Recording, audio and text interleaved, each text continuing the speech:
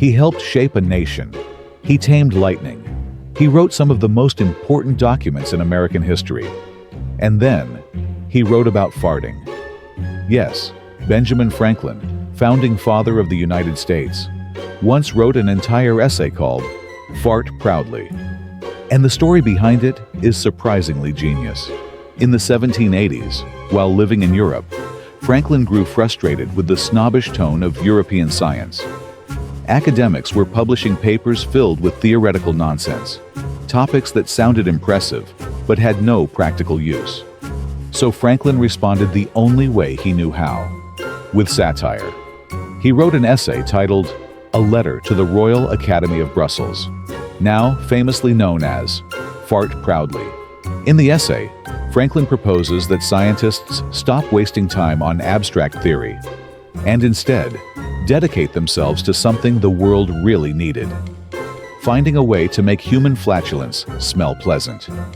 He jokingly suggested using chemistry to create a compound that would turn bad smells into sweet perfume.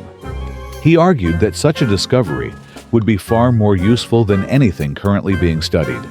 It sounds ridiculous, and that was the point. Franklin was using humor to make a serious point: that science should focus on practical solutions, not just intellectual showmanship. And beneath the jokes about farts, he was mocking elitism, anti-American sentiment, and the disconnect between scholars and real people. It was satire with bite, wrapped in a loud joke. Franklin never officially published Fart Proudly, but he sent it to friends and colleagues, and it quickly became infamous. Some were offended, others thought it was hilarious, and a few understood exactly what Franklin was doing.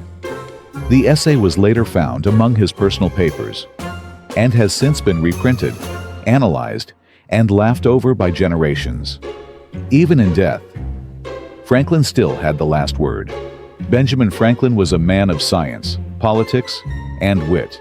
He helped invent the modern world and reminded us that sometimes laughter is the smartest tool of all.